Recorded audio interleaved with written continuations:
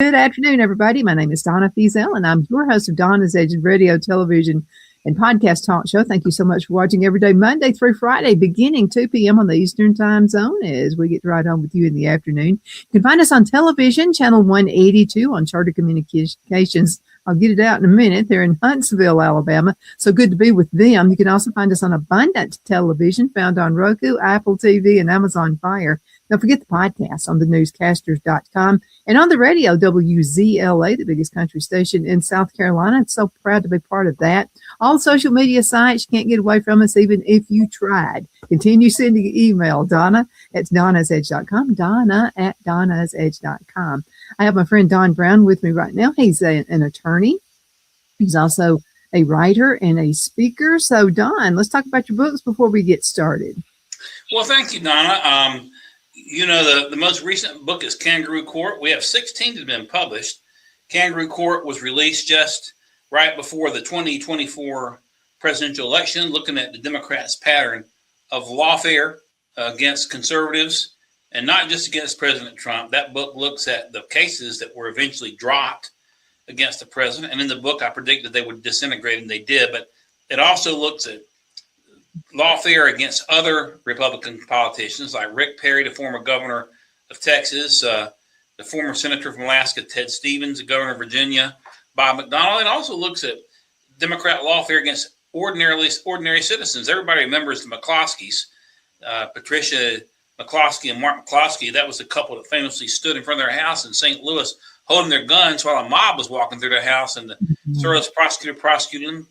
We look at Douglas Mackey. That case involved a cartoonist who drew a cartoon about Hillary Clinton in 2019, and they prosecuted her when Biden got into office. He drew the cartoon in 2016, right before that election, and then in 2021, Biden prosecuted. So we look at the pattern of lawfare, and I've been on the stump speaking against that, and I'm hoping that we're finally seeing some movement out of the Justice Department now that we have a new interim Attorney General to try to take care of some of these.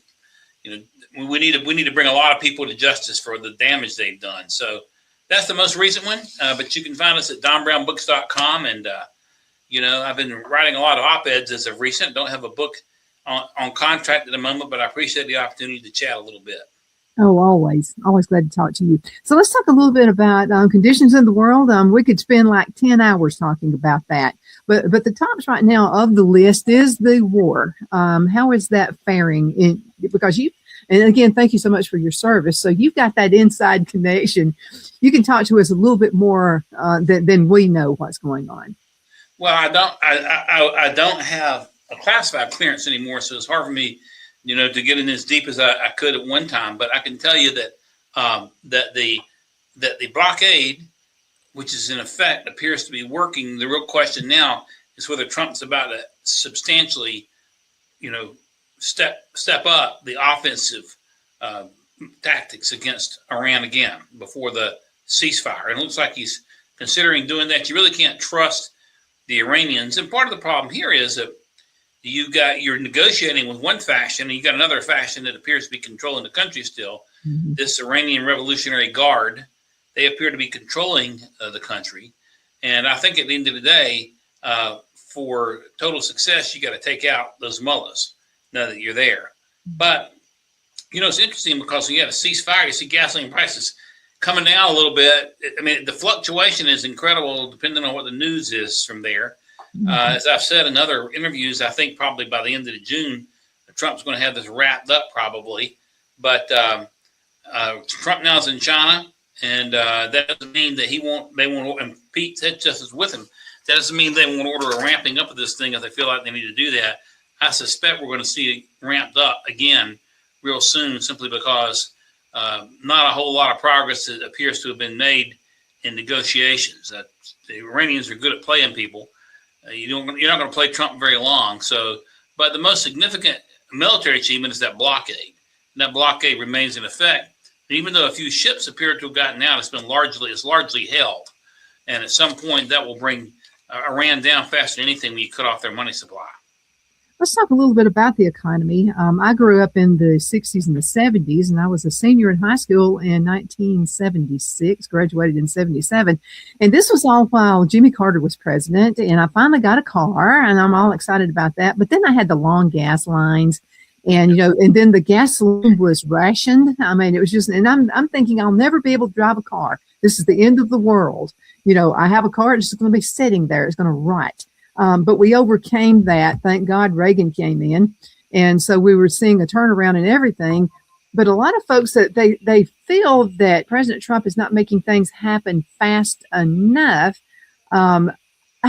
This is the way I'm looking at it. I don't know what your thoughts are. Okay, President Trump came into a total mess with 4 years of poor Joe Biden, who had dementia or whatever the problem was, and along with just plain being evil. So I think he's doing things in record time when you consider. Well, I agree with you. And, I remember that also, Donna. I remember the Carter gas lines. You and I aren't that far apart. Mm-hmm. So I can remember it like it was yesterday. And that situation, Carter, you're looking at, it's interesting, but at that time, Jimmy Carter was the weakest, most feckless, and most ineffective president in American history, certainly in modern American history, no question, since World War II. Just very, very weak. And OPEC decided to engage in an embargo, which led to the gas lines. The difference now, though, is first of all, we're not getting we're not getting any of our oil really from inside the Persian Gulf. That oil is going to China and other places. Of course, when you cut the supply, it has an effect on the prices and the market. But you're talking about a different situation. People frustrated with the president. Look, it's interesting because I saw CNN polls. They were really fretting just this week because President Trump has about an 86% approval rating with Republicans. And that wasn't the case with Jimmy Carter and the Democrats. I mean, he was below 50%. He was weak. And I was thinking about it, just this morning. I was driving into the studio and if the Democrats should thank the Republican Party right now. What do I mean by that? It was the Republican Party that put in the 22nd Amendment to stop FDR from running. If Republicans had not put the 22nd Amendment in, Donald Trump would be on the cusp of being elected for a fourth term because he's been elected for 3 terms. So the similarities aren't that similar, other than the fact actually. When we go back then, Donna, and that last year of the Carter administration, Iran put Carter on his knees with the Iranian hostage situation. I'll never forget it because I was at Ronald Reagan's very first inauguration in Washington, D.C. It's a moment I'll never forget. There on the mall, I got now really close, and the new president was sworn in, and the parade, the inaugural parade, was supposed to start within like 30 minutes. Well, it didn't start, and it was delayed for like 2 hours. Finally, I had to leave and come back to Chapel Hill. I was a student at UNC at the time, but the inaugural parade was delayed because the Iranians were in the process of turning the American hostages over and putting them on a plane and sending them back, first to Germany and then to the United States, because they were afraid of what Reagan was going to do. You would not see that situation under Donald Trump or Ronald Reagan that you saw under Jimmy Carter. So the similarities, the only common denominator is gas prices rising, but other than that, there are no similarities at all. You have one era of American weakness. In the Carter administration, our military had been neglected to the point that we had soldiers and sailors on food stamps. Reagan came in immediately with a 27% pay hike.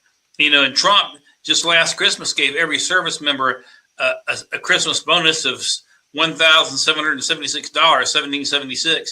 And so it's all the difference in the world. Now, we got a lot of work to do still, but we have a very, very strong leader. And the war situation there is under control. And I'm confident it's going to be resolved in a way that's going to be a win-win for the United States. Let's go back and talk again. We're going to compare the two decades. Okay, so in 1977, we had the bicentennial. And it was even with Carter in as president, people seemed to be much more patriotic. Everybody was wearing red, white, and blue. I was a teenager at the time. I was constantly looking for red, white, and blue outfits to wear. And that's just the way it was. But I'm not seeing that same symbolism right now. I mean, we're about to come on a 200 year. People should be celebrating like crazy.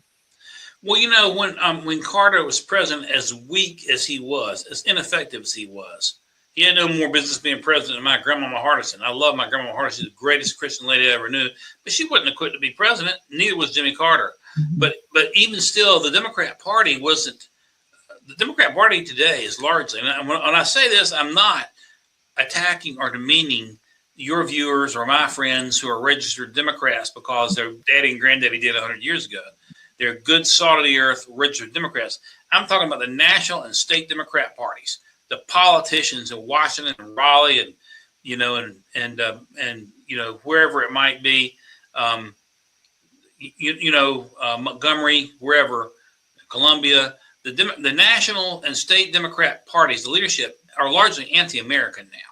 Mm-hmm. I mean, Hakeem Jeffries, AOC, Rashida Tlaib, you just go right down the line, and they're anti-American.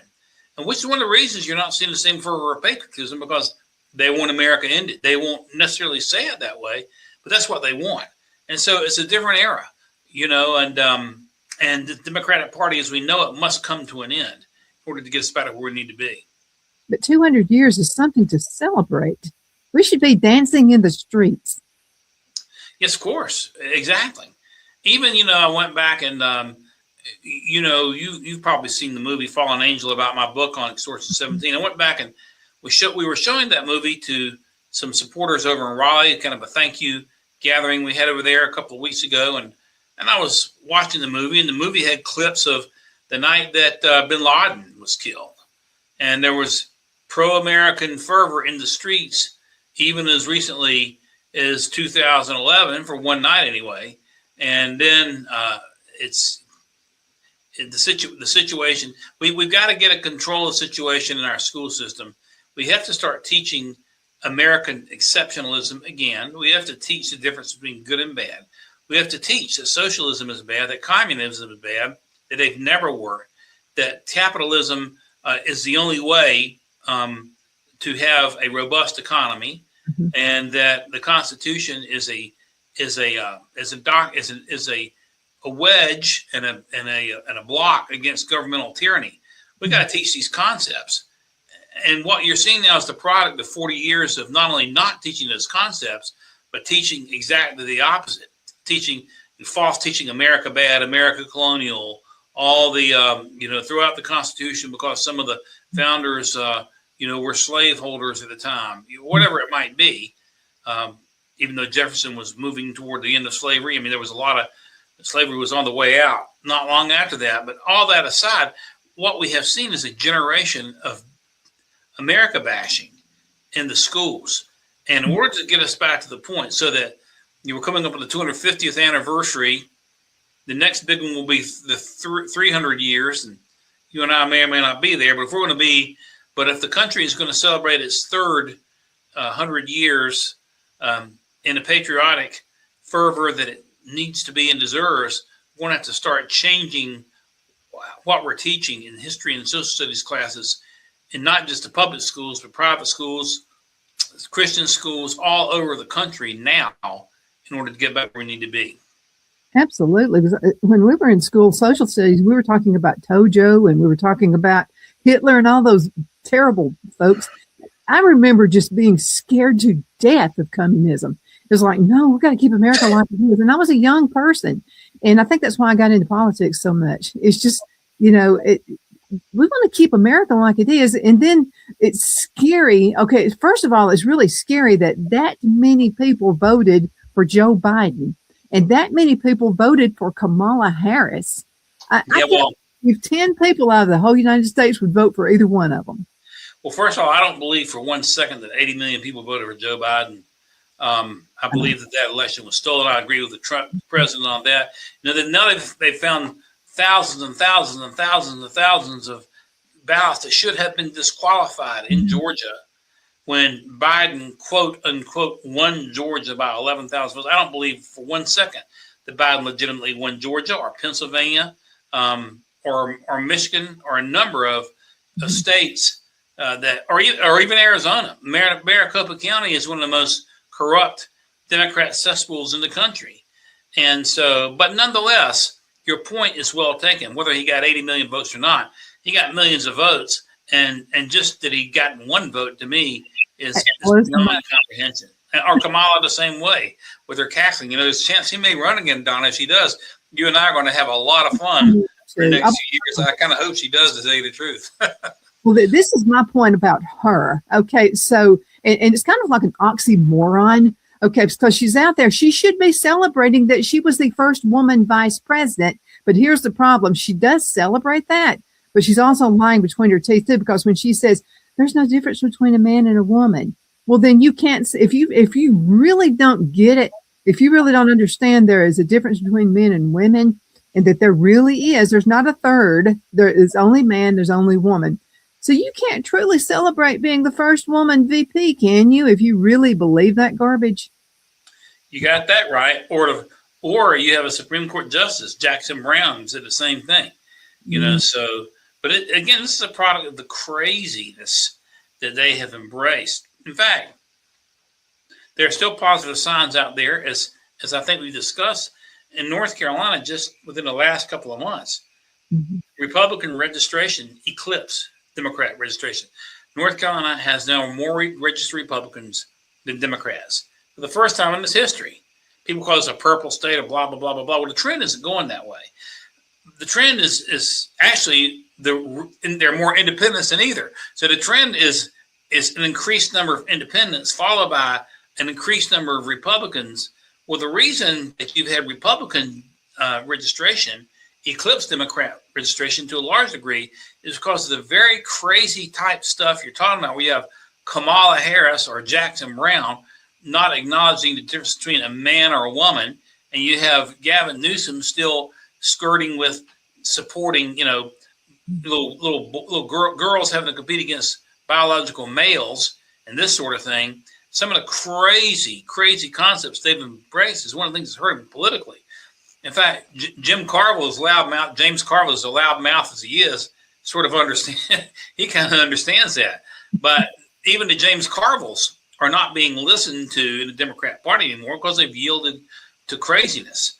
And I don't see a change in that, except the only change, the prescription is what we talked about earlier. We got to start teaching exceptionalism and moral values in the schools and teaching some common sense in order to try to save the next generation.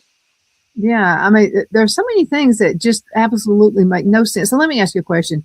Are you seeing any kind of a shift? And I think you just answered that in a way. Because, people, okay, first of all, the only way a Democrat can win anything is pulling for a particular group, such as, you're confused about your gender, they're pulling for those folks.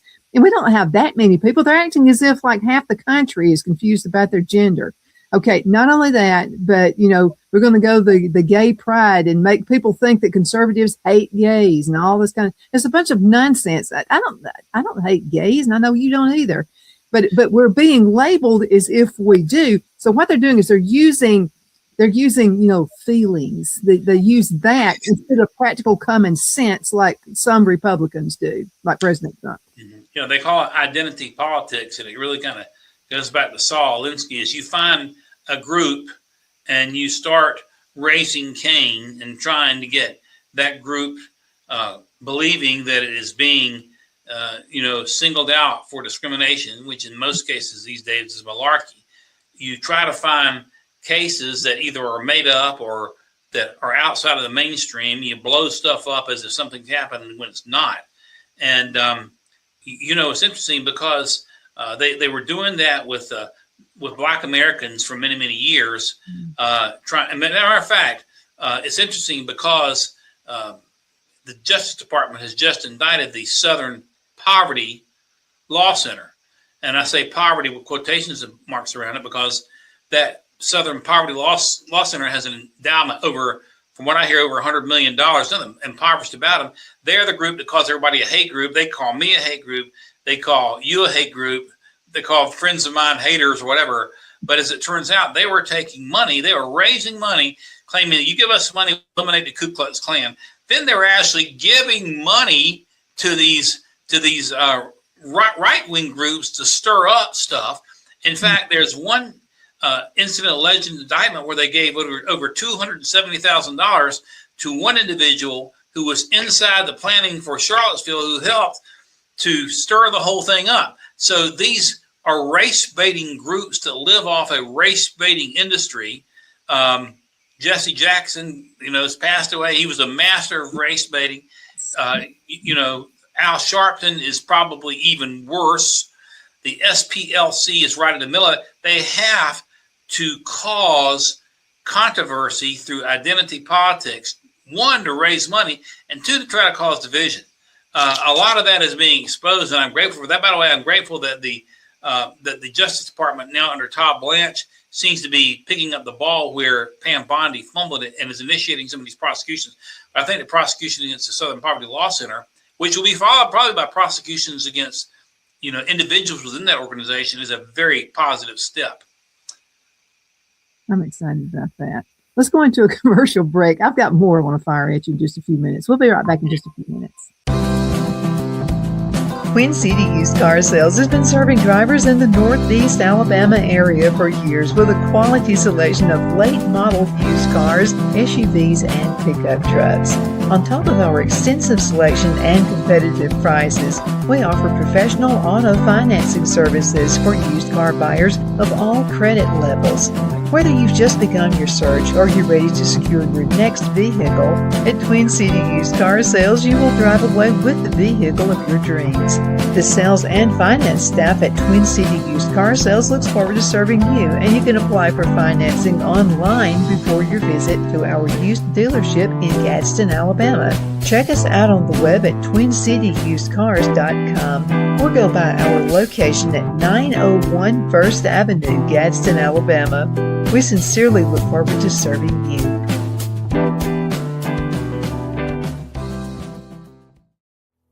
Finding the right home isn't just about bedrooms and square footage. It's about comfort, security, and the feeling you get the moment you walk through the door. That's why so many families across Greenwood and the Lakelands area trust Jenny Ferguson with Keller Williams. And I'll tell you from personal experience, Jenny was my realtor, and she truly cares about her clients. Jenny takes the time to listen, to understand what matters most, and to guide you every step of the way, whether you're buying your first home, upgrading, or ready to sell. Because this isn't just a transaction, it's your life. With local knowledge, personal care, and a commitment to getting it right, Jenny Ferguson makes the process simple and even enjoyable. So if you're thinking about buying or selling, now's the time to make your move. Call Jenny Ferguson with Keller Williams in Greenwood today and take the next step toward a place you'll truly love coming home to. Good afternoon, Sunshine. Medical Minute brought to you by Dr. Chuck with Lakelands Chiropractic, where an ounce of prevention is worth what? A pound of cure. So what is the Beamer? Okay, now the Beamer uses very gentle pulse to electromagnetic signals. This will stimulate healthy muscles and it supports the temporary blood flow. Now let's talk Beamer and circulation support. Now the Beamer gently supports natural circulation in healthy muscles. Now that's what I call natural health. Thank you so much for watching your Medical Minute, brought to you by Dr. Chuck. You know who he's with. He's with Lakelands Chiropractic, where an ounce of prevention is worth what? A pound of cure. I hope you have a super duper awesome rest of the afternoon. You take care. Shine your style at Kiss My Glass right here in the Anderson Mall. There's a place where style meets sparkle. At Kiss My Glass, every piece is handcrafted, custom designed, and made to shine just like you. Owner Beth Gibson brings creativity to life with stunning custom tumblers, gifts, and one-of-a-kind pieces you won't find anywhere else. Look for the perfect gift or something uniquely you, from bold and glamorous to simple and elegant. There's something for every style, so stop by, get inspired, and leave with something unforgettable. Kiss My Glass inside the Anderson Mall, Anderson, South Carolina, where your sparkle begins. Be sure to check out Kiss My Glass on Facebook for updates and specials and gift ideas.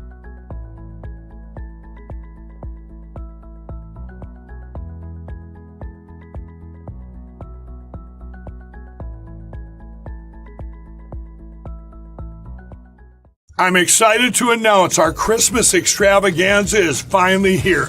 Get this season's flannel sheets for as low as $59.98. They won't last long, so get them while you can. Our famous My Slippers, they haven't been on sale for over a year. Regularly $119.98, now only $59.98. Our 6-piece towel sets are back in stock with extremely limited quantities, only $29.98. With hundreds of MyPillow products, there's something for everyone on your Christmas list. Bathrobes, duvets, quilts, down comforters, and so much more. So go to MyPillow.com or call the number on your screen. Use your promo code to save on all MyPillow products. For example, flannel sheets for as low as $59.98, or our 6-piece towel sets, just $29.98. But that's not all. I'm extending our 60-day money-back guarantee until March 1st of 2025. Plus, all orders over $75 or more ship absolutely free. Lowe's knows that the projects you build in spring are the ones you can't wait to share. It's why we make sure you have our best deals with My Lowe's Rewards, and that you get help from people who've been there, done that. Try this. This spring, we'll help you build something rewarding. Hey, Stan. What's up? I made you something. Oh, thank you. And I got something for you. You grew these? Of course. Lowe's knows how to help you spring. Television and podcast talk show. Thank you so much for watching every day, Monday through Friday, as we get right home with you in the afternoon. It's always such a pleasure. I'm always glad to have Don Brown with me. He's an attorney, an author, and a speaker, and has done a lot of stuff. Now, you've been involved in running for politics, so you've got kind of an insight on what that's like. Personally, I would never do it. I just, I would be on television like smacking somebody down. First of all, if anybody said anything about my family, I'm sorry. I'm a mama bear. There you go. So I'd had to let them have it. But running for office is kind of tough. And it good guys like you, I mean, I know you had to think about it and you had to pray about it a real long time. But while you're out there on the trail, you learned a lot. And you learned a lot about everyday citizens, everyday Americans, people with boots on the ground, people like me, who what we really know and what we really think about. Yeah, and as you know, I just came off a statewide U.S. race for Republican nomination. We came in second out of 7. Ran a fairly respectable race, running against a big GOP establishment machine. So we're running against the machine, and the president elected to endorse my opponent, and that's his right to do that. When that happened, we did not back off the race. I would not back off again. If I feel convicted to fight, like the president said, fight, I'm going to stay in there and fight. But one of the things, the greatest blessing of it all was to meet so many like-minded Christians and conservatives all around the state. You make friends that you will never you have for the rest of your life. And we know that we're not alone. It's an eye-opening experience to know that we're not alone. It's also an eye-opening experience to know the challenges that we're against. But it's not necessarily for everybody to try that sort of thing. But we need more folks that are willing to get in the arena. And if anybody's out there thinking about running, if you're a conservative, you're a Christian, and you're frustrated about what you're seeing, we need solid folks at every level. I'm not just talking about for U.S. Senate race. I'm talking about school board, city council, county commission. In fact, those races are among the most important. We talked earlier about in another segment about what they're teaching in school these days. They're teaching anti-Americanism and all kinds of garbage. School board is a place where you can make a difference. The county commission is a place where you can make a difference. State legislature, you can make a difference. So I hope that having run will inspire other people to do that. And I also think it's important to run if you're called to run. We didn't win the nomination, but at least we put some points for debate out there, and hopefully, Michael, who is a nominee in North Carolina, will be, a better candidate for him. We were behind a Republican ticket We can't. Like we said in other segments, the Democrat Party has become so radical. We have our differences in the Republican Party, and I'm on the right wing of the Republican Party, and others are not. For example, your Senator Graham is not as far over to the right of the political spectrum as I am. So therefore, there's a gulf there on certain things. But a gulf between me and Lindsey Graham is very, very, very is a much smaller gulf than the gulf between the Republican Party and the crazy, radical, communist Democrat Party. And we have to understand that. I mean, we have to clean the Republican Party up. We've got to do a much better job of attacking the national debt. It's still a major threat to national security. We've got to get better on immigration. We got to end, as I've said, immigration from Sharia countries. We got to clean all that up. Republican Party's got to be stronger. But if you want to go down the toilet almost immediately, you go Democrat. And when they get into power, they do lots of damage. Look how much damage they did in the 4 years that Biden basically stole the White House, and Trump said to come in and clean it up. They can do a lot of damage in a small amount of time. So, like Nancy Reagan that said, "Friends don't let friends vote Democrat," or somebody said that, and I repeat that quite a bit.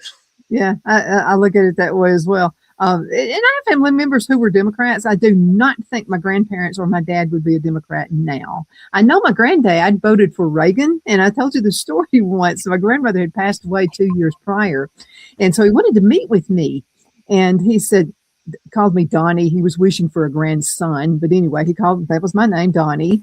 And he said, "Donnie, there's something I want to tell you." And he said, "There's something I'm going to do for the first time in my life." And I'm thinking he must be going to remarry. And so it wasn't that. I couldn't imagine him remarrying because he just loved my grandmother. And he said, "Donnie, I'm going to vote Republican." And I went, "Well, great, why?" And he said, "What would your grandmother say?" And I said, "I think grandmother would also be voting Republican." He loved Reagan. And he said, now I had a problem with him at first because he was a movie star. And then he said, but then all of them are movie stars anyway, aren't they? They all actors. So that's how he got past that. But it's like he wanted me to approve it for some reason, because forever, my entire life, it was nothing but you need to be a Democrat. They're for the poor. I heard that my whole life. And they were at one time. They fell away. But I wanted to talk to you about Republicans, because I'm seeing this real weirdness between Republicans right now as well. And that's why a lot of folks don't vote. They're not voting for the true ones. They're just seeing the riffraff, especially running for office. Okay, so I wanted to give you an indication. There's a guy in Alabama who is running for U.S. Senate. Reminds me of you. And so he's a former Navy JAG. I mean, this guy he's never been in politics ever in his lifetime, but this guy's a straight shooter. I mean, I interviewed him. I would much rather see him get it than the person that has, and this is another thing, money that is being sent from other states. I don't get it. Why should there not be some kind of a limit? Like start everybody out on $1 million. If you overspend the $1 million, that's on you. There needs to be some kind of limit to that, because again, this other person is receiving just millions of dollars from out of state. And right. And I have personally been on the short-ended stick of that. In our Senate campaign, Michael was forced to spend quite a bit of money in the last month because we were on his heels and hitting pretty hard. Of course, they're able to swamp us. And they did swamp us in terms of the amount of TV time they could buy and this sort of thing. And, and I'm not knocking Michael at all. I mean, if I'd had the money, I would have done the same thing. But it's more of a commentary on the system itself. You can't, a good candidate, no matter how qualified or how strong that candidate might be, if you don't have an ungodly amount of money, you're running up against a machine, you're largely going to get swamped. Now, there are exceptions to that, but the exceptions are few and far between. I mean, you could say, for example, Trump was outspent by Hillary, and he was, but Trump was still a celebrity. I mean, he was still a celebrity. And in the early days in 2015 to 16, he was getting a lot of, shall we say, earned media, because CNN would broadcast his rallies because they thought they were lampooning him, but in fact, what they were doing, they were helping him politically, unbeknownst to them. But my point is, those are the exceptions to the rules. I like to see some change to the system so that there is a better opportunity for conservative talent to get out of the, because otherwise you got a professional fundraiser, and I'm not a really great fundraiser. We raise a little bit of money, but I'm not great at it, and personally don't like it. But the ones who succeed the most are the ones who are better fundraisers than anything else. And it's a shame that the system has come to that. But you could do some tweaks in federal election law to try to remedy the situation. But if you're trying to remedy the situation, you're fighting against a money interest already, who are going to fight you and try to remedy the situation. So it's kind of a catch-22. Well, two things I would like to see happen. And first of all is a limit on the amount of spending. Everybody has the same amount of money to spend. Okay. And again, it's on you if you overspend it in the first part of the election period. That and term limits, for crying out loud. We have people who've been in office forever. They're dying while they're in office. They don't even know they're on planet Earth. Some are getting dementia. There needs to be a stop put to that. And that lets us regular walking around gum chewing Americans think, are they really the ones running it? Because it feels more like they're a figurehead. Right. There's a lot of truth to that. I think there's just a lot of truth to that, really. But you're going to have a constitutional amendment for that. But let's get on with it. I mean, look, the American people want term limits. That's one of the things that these Article 5 folks are pushing. Convention of States. In fact, the central plank for the Convention of States is term limits. Why do you have a Convention of States movement? First of all, that is authorized by the Constitution as one of two ways of amending the Constitution. But you're having that movement because Congress won't push through a term limits amendment to be taken out to the states because they don't want it. So, but we do have to have that. Why would you have term limits on the president, which is the 22nd Amendment for 2 terms, and not have term limits in the Congress? If you stop and ask that question, it makes no sense at all. And you look at some of these people that have been in for 100 years, that's case number one. Look at Pelosi, she's still in there. Mm-hmm. Or even Chuck Grassley, who's a Republican, has been in there forever. Most of their Democrats have been. If you look at Schumer, I mean, these are like dinosaurs that you just can't root them out because of the money they've got. And it's almost impossible, by the way, to root out an incumbent because when they get in there, they get so much money in their coffers that it's hard for fresh blood really to knock them off. Mm-hmm. And that's absolutely a shame. And these people, they complain about these people who are in office, but they still get voted back in every time. So a friend and I, he's one of my sponsors, and we kind of feel we're a team, is what we say we are. All of my sponsors are a team. And so we were talking about that. And he said, you know what? He said, I used to get upset about when a competitor would say something bad about me. He said, but what I've learned, it doesn't matter whether they say something good or bad. I'm still getting the attention. Right. And he said, most people who know him would know not to believe any of the nonsense. And he said, he'd heard some things about me. And he said, but what I got to thinking about it was your competitors who were saying it. And he said, right. What that made me believe is, you must be doing your job right. You must be getting it out there for people if they're trying to cut you down. And I've noticed that through everything. It's like when somebody starts bashing somebody, whether it's a competitor in business or someone running for office, generally they're afraid of them and they're trying to get rid of them. It's almost like that game show, The Weakest Link, where the dumb ones would try to get rid of the smart one. Right. It's like they say in business, the only bad publicity is no publicity. And even bad publicity, at the end of the day, brings about name recognition. Most people aren't paying enough attention to the details. They're just hearing the name. Donna Feazell, blah, blah, blah, blah, blah, blah, Donna Feazell, blah. They hear Donna Feazell, Donna Feazell. The rest of the stuff, either they can't comprehend or it's too complicated or not paying attention to it. Most of it's not true. But that name recognition, is very, very helpful. And so I think your friend is correct. Only bad publicity is publicity. It's not really bad publicity. It's good publicity in many ways. I thought it was funny. Phil and I used to own 8 Nextel stores in Alabama. We were all over the place. And so one of my competitors within the Nextel organization, by the way, my biggest competitors were within the company, not outside.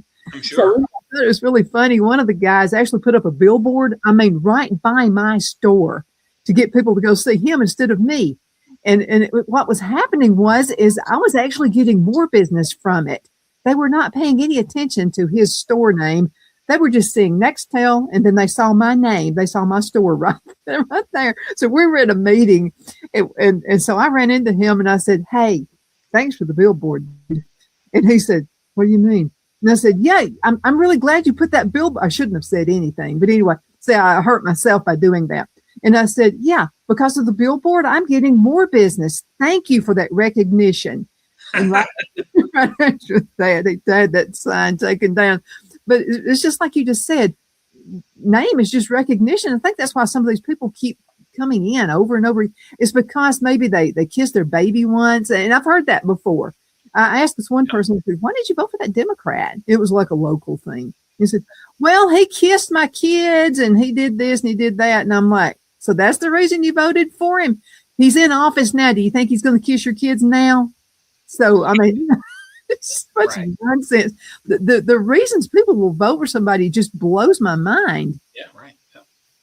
But that's just the way it is. One of the reasons we're in trouble. Yeah, that's the reason that we are in trouble. We've got to go into another commercial break. I can't believe this. Let's go into a break. We'll be right back again in just a few minutes, I promise. Are you ready?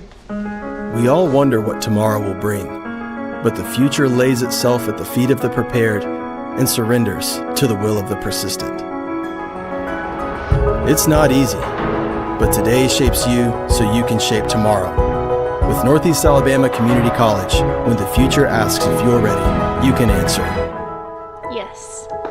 Begin your future at Northeast Alabama Community College. Good afternoon. We are back. My name is Donna, and I'm your host of Donna's Edge television, radio, and podcast talk show. Thank you so much for watching.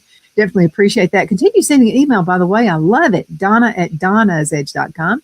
Donna@donnasedge.com. I'm about to make another announcement in just a couple of weeks, and we'll be adding another platform so you'll be able to see us another way. And we appreciate that opportunity as well. Got Don Brown with me right now, close friend, and he is an author, a speaker, and he's an attorney. So let me ask you this, because of your law firm, how is your law firm changing with the new identity issues that people are having, or has it changed in any way with the clients you're bringing in? Well, we have a stable of clients and are doing a lot of estate planning these days. People want to prepare, for how to transfer property, or sometimes transfer wealth. We have some clients that are wealthy at their death or at other times. We have a lot of estate planning that we do where we'll have parents who've accumulated quite a bit want to make sure that their children are protected in the event of divorce or getting sued and this sort of thing. So we're seeing we're doing a lot of planning to help people against lawsuits and against liens and judgments and things of this nature. So we're seeing that quite a bit. The courts are changing very, very rapidly in that everything is going automated. It used to be that when we were going to file an action or file a response to a lawsuit, we'd have to type it out, print it, sign it, and then send a runner down to the courthouse to physically file it, get a stamped copy, bring them back and mail it to the other side. Now everything is going automated. And here in North Carolina, we've got a new system called Tyler, and I say it's new because it's being rolled out within the last 18 months, which has its hiccups. But if I want to bring an action now, you do everything online. And so you have a very high degree of automation taking over in the legal system. The other thing that's interesting is that, we're, with the advent of artificial intelligence, you got a lot of people that trying to do their own stuff via chat or GP or Grok or whatever it might be. And sometimes those things are just fine, and sometimes they're not. We will use artificial intelligence, as a spell check or as an editor. If you write something out on Google Docs or or Microsoft Word, you've got spell check written in there.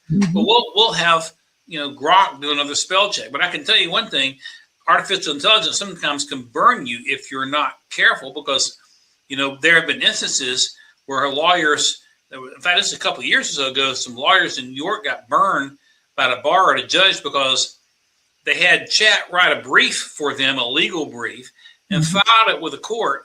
And chat had simply made up cases. Artificial intelligence to do that. So you ask a very simple question, but the automation and artificial intelligence has become very dominant in the field of law. Online filing has become very dominant. And by the way, I'm in favor of competition in the legal field. Take medicine, for example. If you got a cold, you can go into Rite Aid or wherever and buy something over the counter. I'm hoping in North Carolina we're going to get ivermectin over the counter. There's been a bill passed by the North Carolina House to that effect, but you got lots of choices. In the law, you don't have the same type of choices, because the state bars serve as monopolies. I'm in favor of concepts like LegalZoom and other concepts that can, in many instances, help people that don't necessarily need to go in and hire a lawyer. I have situations all the time where people call me and they've lost $5,000 on a scam or whatever, or they're in a dispute with a landlord, where they're trying to get out of the dispute, and they got 2 more months to pay $2,500 a month, where they're going to be paying more money for a lawyer than they can recover. And for situations like that, I'd like to see more LegalZoom or legal aid, or even I'm in favor of, licensing paralegals and other, quasi-legal professionals to help people in situations like that. And so the state bars are largely run by Democrats for the most part, and there's a lot of institutional resistance. But despite all that, the advent of the automated age, artificial intelligence, online filing has made the legal practice entirely different than it was 30 years ago, 40 years ago when it first started. And you've got to keep up with the times. You're going to get left behind, and we're doing the best we can. Absolutely. But I have a question to you about inheritance taxes, because now when people are looking for ways, let's just say Phil and I passed away. Well, a large amount of that money that Brad and Larissa would get would go into taxes. Are people looking for ways to avoid that? And are there ways to? Well, taxes are just one of a number of ways that your estate can be threatened. The federal estate tax is so high that most people aren't hit by that. But you're looking at state taxes. You're also looking at potential, claims against an estate. So, for example, if somebody passes away and they were, killed in a car crash, or someone's killed in a car crash, the other side can be suing the estate of the deceased person, and can prevent money from going to children, grandchildren, or other relatives. And so we have a lot of trust that we set up for purposes of asset protection. So folks will move property into a family trust. So if the grantor, who's the person moving the property into the trust, gets sued, then that person doesn't really own the property. The family trust owns the property. Now, the key is structuring the trust so that the family can still enjoy it. But this technique has been used for many, many years. Maybe 30, 40 years ago, you may remember the name William French Smith, who was accused of rape. He was a Kennedy cousin and had been arrested on a compound in Florida owned by one of the Kennedy Trust. I remember back when Jesse Helms, the great Jesse Helms, was leading office in North Carolina, Elizabeth Dole was running for that seat. And she and Bob Dole sent out a Christmas card one year saying, "From our house to yours." Them standing in front of her mother's house in Salisbury, North Carolina. Well, the Charlotte Observer did some digging and found out that wasn't Elizabeth Dole's house. It was owned by the Hanford Family Trust. And that they deeded the property back to the Doles so that they could be accurate about it. But the point of the matter is that high net worth individuals use trust to protect their assets from lawsuits. And again, not just from estate taxes, but from other predators who would be trying to come in and grab property.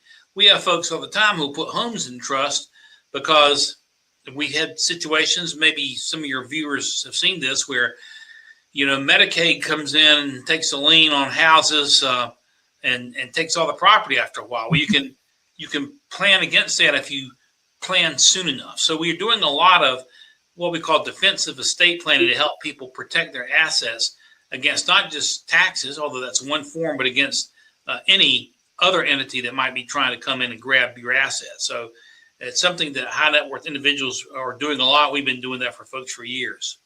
Is there an alternative to just giving your kids the inheritance before you pass away? Well, if it's interesting because it was Mellon or Vanderbilt or one of these guys that said they would not give their children the curse of wealth. The alternative is trust planning. So the property is never in the name. You want, the ultra wealthy understand that property in their names is property that's vulnerable. So you want property to be held in other structures, whether it's a trust structure, an LLC structure, a foundation. We have wealthy clients who set up family foundations.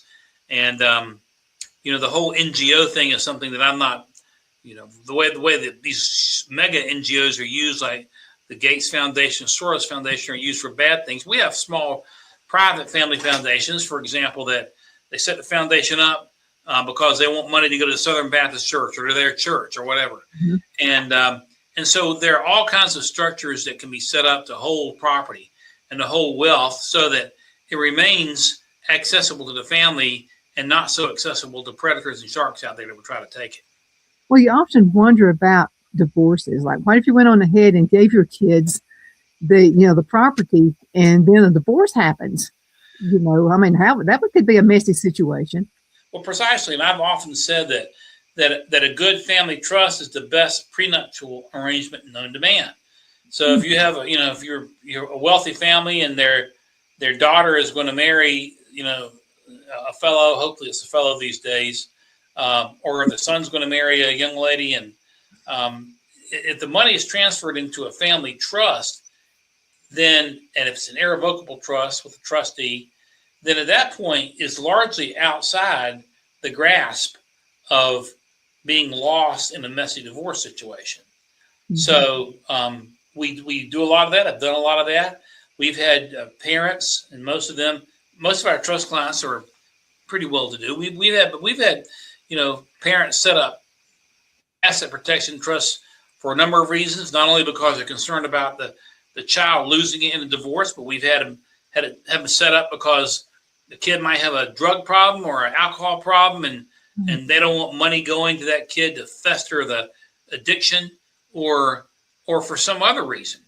I remember I had a little lady up in your area in Greenville, South Carolina, many, many years ago, set up a trust for the grandson, but only if he went to seminary. In other words, the money's going to be there if they went to seminary and became a preacher, or somebody else was going to pay for it at college, but only if they went to Clemson. I mean, you could do all kinds of things in these trust environments. And you can put strings on them to encourage certain types of behavior or to discourage certain types of behavior. But at the end of the day, it is the most effective means of asset protection. But, it's like people say, well, when do I need to trust? And the truth of the matter is, you need it when you don't need it. What do I mean by that? You need the fire insurance before the house is on fire.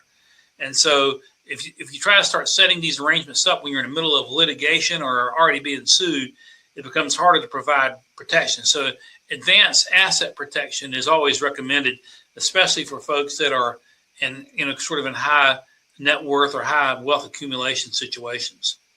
Where do you practice law? In North and South Carolina. So I practice in both states and have a very, very heavy practice in both states. Our office is in South Charlotte, and we have a Charlotte address. We're practically in Pineville. I'm 3 miles from the South Carolina border. And in the last 10 to 15 years, I've had a heavier South Carolina practice and North Carolina practice, but I've been very, very active in both states. We were in court in Johnston County, North Carolina last week, and doing a lot of work in York County, South Carolina, Mecklenburg County, really all over both states.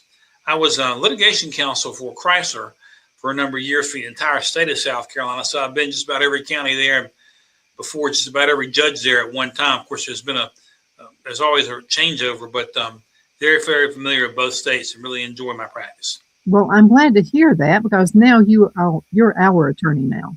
Okay. Thank you very much. Always glad to do that. I would be the most boring client you got. I promise you that. But anyway, if we ever need an attorney, you're it. So, well, we hope I tell my friends, I hope you don't need me, except for in estate planning situations. I like it when I'm representing clients who are not under fire but are doing planning. I like to help people, and I like estate planning in many ways because because I'm kind of a writer. You've been kind enough to mention my books, but I like to write, and I like to write estate planning types of documents to really help families protect themselves. And of course, it's a good thing if you win the lottery and you need a trust because you won the lottery. I like really practicing in situations like that where we're really, really helping people protect their assets and move on to greener pastures, as opposed to having to defend somebody that's been sued. If I win a whole bunch of money, you'll be the attorney to handle that for me, okay? I'm pulling for you, Donna. I'm pulling for you. Pull for me. HGTV, I might win it. Who knows? That's it. Exactly. Thank you again, Don, so much for being with us. And thank you guys so much for watching. Definitely appreciate that. You can find us on the radio, television, and podcast. 2:00 anytime you would like to on the social media sites. But again, thank you so much for watching. Continue sending email, Donna@DonnasEdge.com, Donna@DonnasEdge.com. We'll talk to you later. Because of your overwhelming support, our 1488 MyPillow has been one of the biggest sales in MyPillow history. I couldn't think of a better way to say thank you than to extend our wholesale pricing through Christmas. Get a classic standard MyPillow for only $14.88. Upgrade to a queen size, just $18.88. King size, only $1 more. Get my body pillows for only $29.88. And ready? Multi-use MyPillows, only $9.88. It's perfect time to stock up for Christmas gifts for everyone on your list. Go to MyPillow.com or call the number on your screen. Use your promo code to take advantage of our wholesale pricing, including my classic standard MyPillows, only $14.88. But that's not all. I'm so confident you're going to love our classic MyPillows that I'm going to extend my 60-day money-back guarantee until March 1st, 2025. Plus, orders over $75 ship absolutely free. Queen City Used Car Sales has been serving drivers in the Northeast Alabama area for years with a quality selection of late model used cars, SUVs, and pickup trucks. On top of our extensive selection and competitive prices, we offer professional auto financing services for used car buyers of all credit levels. Whether you've just begun your search or you're ready to secure your next vehicle, at Twin City Used Car Sales, you will drive away with the vehicle of your dreams. The sales and finance staff at Twin City Used Car Sales looks forward to serving you, and you can apply for financing online before your visit to our used dealership in Gadsden, Alabama. Check us out on the web at TwinCityUsedCars.com or go by our location at 901 First Avenue, Gadsden, Alabama. We sincerely look forward to serving you.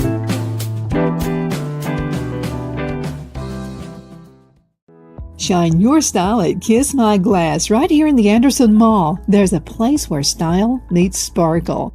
At Kiss My Glass, every piece is handcrafted, custom designed, and made to shine just like you. Owner Beth Gibson brings creativity to life with stunning custom tumblers, gifts, and one-of-a-kind pieces you won't find anywhere else. Look for the perfect gift or something uniquely you, from bold and glamorous to simple and elegant. There's something for every style, so stop by, get inspired, and leave with something unforgettable. Kiss My Glass inside the Anderson Mall, Anderson, South Carolina, where your sparkle begins. Be sure to check out Kiss My Glass on Facebook for updates and specials and gift ideas.